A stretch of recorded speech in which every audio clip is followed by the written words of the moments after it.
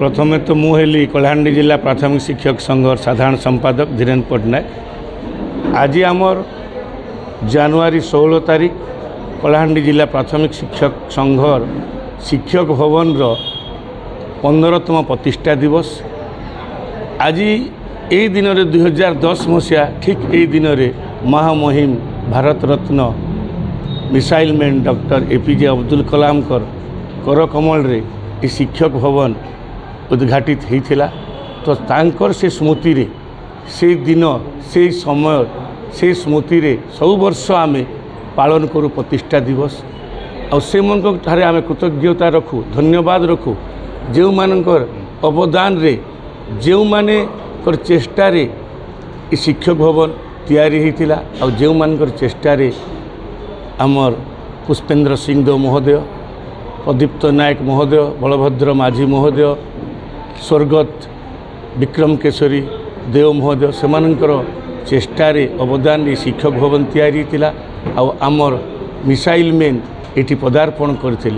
तो से दिन रे समस्त स्मृतिचारण करी एवं से महामहिम डॉक्टर एपीजे अब्दुल कलाम मार्गदर्शन रे तांकर प्रेरणा रे आमर समस्त शिक्षक शिक्षयित्री को अनुरोध रखू जे आमर ये प्राथमिक शिक्षा प्राथमिक विद्यालय समस्त छात्र छात्री को किभली भाव में तांकर मार्गदर्शन रे गोटे स्वप्न गोटे लक्ष्य सृष्टि करी किभली आम कलाहांडी जिला प्राथमिक शिक्षक ताको प्राथमिक शिक्षक को प्राथमिक शिक्षक विद्यालय को समस्त को ओडिशा रे भारत देश रे किभली गोटे सुनाम धन्य जगार पहुँचेबू एवं ठीक हिसाब से आमर शिक्षादान करी आम कलाहांडीर ना ऊपर को उठेबू यही उद्देश्य रखी सब वर्ष आम 16 तारीख जनवरी 16 रे प्रतिष्ठा दिवस पालन करें। आज कलाहांडी जिला शिक्षक भवन प्रतिष्ठा दिवस मत ये सम्मानित अतिथि रूप में निमंत्रण करा जायतिला।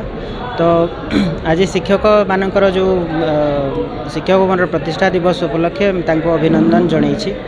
आउ शिक्षक होउछंती शिक्षार मूल रे शिक्षक माने अछंती। शिक्षक माननकु आमर अतिथि माने बहुत गुड़े परामर्श भी देले। तांकर समस्या जहाँ रही आमे ताकु मध्य ऑफिशियल लेवल रे समाधान करबा पई आमे समाधान करिबु ताकु। एवं आमर प्रत्येक शिक्षक से माने स्कूल रे जो पाठ पढ़ाउछंती ताकु क्वालिटी करिवे एवं आमर तांकर जो समस्या गुड़ाक रही ताकू मध्य समाधान करा जिवो।